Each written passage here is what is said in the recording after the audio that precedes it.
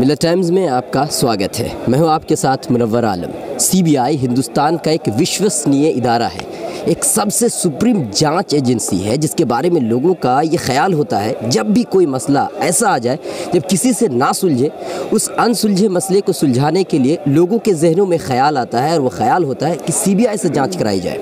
लेकिन इससे पहले भी सीबीआई का जो पहला डायरेक्टर है और दूसरे नंबर का जो डायरेक्टर है एक दूसरे के खिलाफ आरोप लगाते हुए नज़र आ रहे थे। उस वक़्त ऐसा लगा था कि सीबीआई की जो विश्वसनीयता है वो ख़त्म होती जा रही है। फिर भी लोगों के जहनों में एक बात थी कि फिर सीबीआई के दरमियान में जो कुछ बहस छिड़ी हुई है, जो विवाद है, वो ऐसी है छोटी मोटी। लेकिन अब कोलकाता के जो कमिश्नर है राजीव कुमार शुक्ला, उनको पकड़ने के लिए जब सीबीआई जाती है तो सीबीआई को पुलिस गिरफ्तार कर लेती है। आपके जहनों में ये होता होगा कि सीबीआई सबसे आला सुप्रीम जांच एजेंसी है, कोई गिरफ्तार नहीं कर सकता, लेकिन पुलिस गिरफ्तार कर लेती है, सबसे बड़ी बात है। उसके बाद ममता बनर्जी जो वेस्ट बंगाल की मुख्यमंत्री हैं, धरने पर बैठ जाती हैं।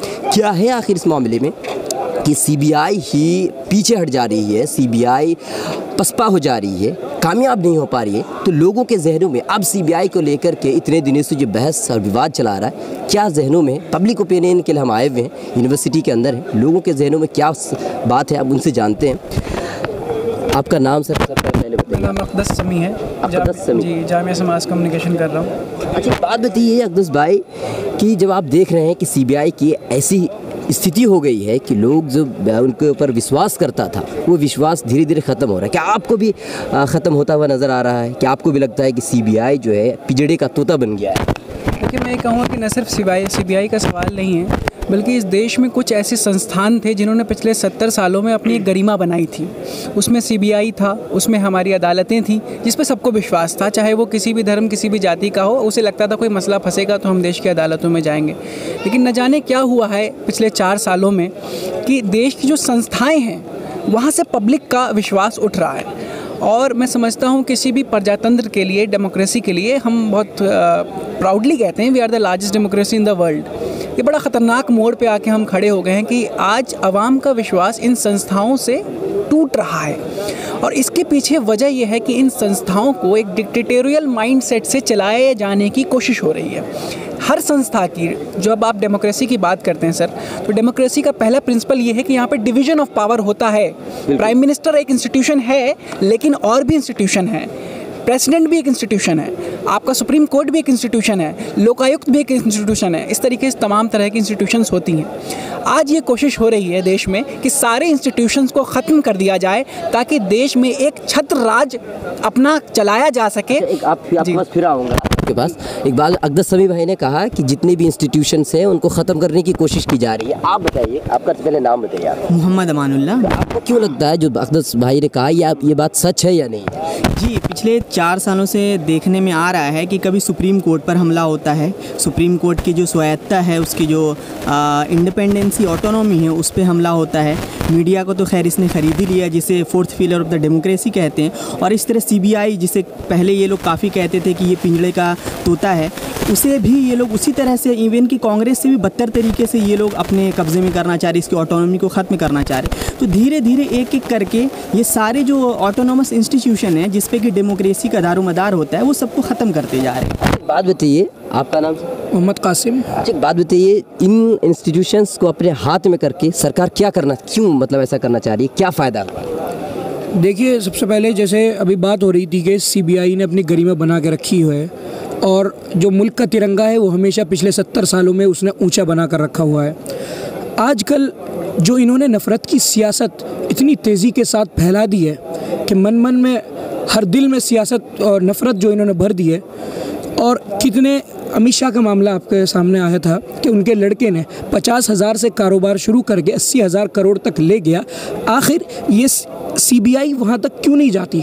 तो इनको, सीबीआई को कंट्रोल करना और जो दूसरे इंस्टीट्यूशंस हैं उनको कंट्रोल करना, इसकी वजह यह है कि आखिर इन्होंने अपनों को इतना फ़ायदा पहुंचाया है, विजय माल्या को इतना फ़ायदा पहुंचाया है इन्होंने, और जितने भगोड़े इन्होंने जो इस देश से भगा दिए हैं, और नोटबंदी के बाद जितना बड़ा इन्होंने घपला करा है, राफेल के बाद इन्होंने जितना बड़ा घपला करा है, अभी जैसे आपने राफेल के मामले में देखा होगा किस तरीके से सीबीआई का जो हेड था उसको उठापटक की गई। तो एक तरीके से बात वही है कि न कहीं इनके जो मुद्दे हैं, इनके जो घपले हैं, इनका जो इन्होंने जो एक तरीक़े से नाश कर दिया है सारे इंस्टीट्यूशंस का, वो खुलकर सामने न जाए। तो यही वजह है कि ये सब चीज़ों को अपने कब्जे में रखना चाहते हैं। अच्छा, कल कोलकाता में सीबीआई जब राकेश कुमार को गिरफ्तार करने के लिए जा रही है तो पुलिस उसको गिरफ्तार कर लेती है। तो आपको क्या लगता है कि अब भी सीबीआई उसी तरह से विश्वसनीय है, उसी तरह से जो है सरकार के लिए काम नहीं कर रही है, बल्कि एक आज़ाद होकर काम कर रही है? आपको लग रहा है अब भी, या अगर आपको अभी किसी कोई ऐसा मसला आ जाए जिसके लिए आप ये कहें कि सीबीआई किससे जांच करवाया जाए, तो आपको क्या विश्वास होगा? हाँ जी, मेरा नाम आकिब है। आपने भरोसे की बात की, सीबीआई पे भरोसा है कि नहीं है? भरोसा, मैं एक एग्जांपल देता हूँ, कब से उठ गया। मुकुल रॉय का नाम सुना होगा, जिनका शारदा चिटफंड में नाम आया था, तब से वो बीजेपी में शामिल हो गए हैं, तब से सीबीआई ने उनका पीछा छोड़ दिया है। तो ये जो जहन साजी करी जा रही है कि सीबीआई उन्हीं के पीछे पड़ेगी जो गवर्नमेंट के एंटी होगा, और ये हमारे देश की डेमोक्रेसी के लिए बहुत ज़्यादा ख़तरनाक है। सरकार का काम होता है कि सीबीआई को फंक्शन वो रेगुलेट नहीं करती। सीबीआई को, सीबीआई हो गई, सीएजी हो गई, ये सारी इंडिपेंडेंट बॉडीज़ हैं। अगर ये इंडिपेंडेंट रहेंगी तभी हमारा इनमें भरोसा बना रहेगा। अगर प्रोब करना था उसे पुलिस कमिश्नर के घर पे, तो उसमें मुकुल रॉय भी आते हैं। क्यों मुकुल रॉय के पीछे प्रोब नहीं हुआ तब वो शामिल हो गए? हिमांता बिस्वा का नाम आता है, उनका भी नाम आया था, लेकिन जब से बीजेपी में वो शामिल हो गए, सीबीआई ने उनका पीछा छोड़ दिया। तो ये एक जो माहौल बन रहा है देश में कि सीबीआई एक पपेट की तरह काम कर रही है बीजेपी, या बीजेपी के में कोई भी गवर्नमेंट हो, ये हमारे देश की डेमोक्रेसी, उसके स्ट्रक्चर के लिए बहुत खतरनाक साबित है। एक बात है कि जब कोई ऐसा इंसान जो किसी दूसरी पार्टी में रहता है तो वो गुनहगार होता है, और जैसे बीजेपी में आ जाता है तो वो वॉशिंग मशीन से मतलब धुल करके वो साफ़ हो जाता है। तो आपको क्या लगता है, जो इन्होंने कहा कि मुकुल रॉय की बात है, आपको भी यही लगता है कि बीजेपी में आने के बाद वॉशिंग मशीन से धुल करके वो साफ़ हो गए? जी बिल्कुल, क्योंकि बहुत सारे ऐसे लीडर्स हैं जिनके नाम गिनाए जाएँ, जो वैसे तो अगर उनको दूसरी को बाहर देखें तो उनके ऊपर बहुत सारे आरोप हैं, घोटाले हैं, चोरी है, मर्डर्स हैं, केसेस हैं, लेकिन जब वो बीजेपी में आते हैं तो पता नहीं कौन सा ये सर्फ डिटर्जेंट यूज़ करते हैं कि सबको धुल दिया जाता है। ना उनके ऊपर कोई केस बचता है, ना उनके ऊपर कोई कार्रवाई होती है, ना उनके ऊपर घोटाले होते हैं, ना उनके मर्डर होते हैं। हर एक चीज़ से उनको साफ़ कर दिया जाता है। नरेंद्र मोदी को भी अगर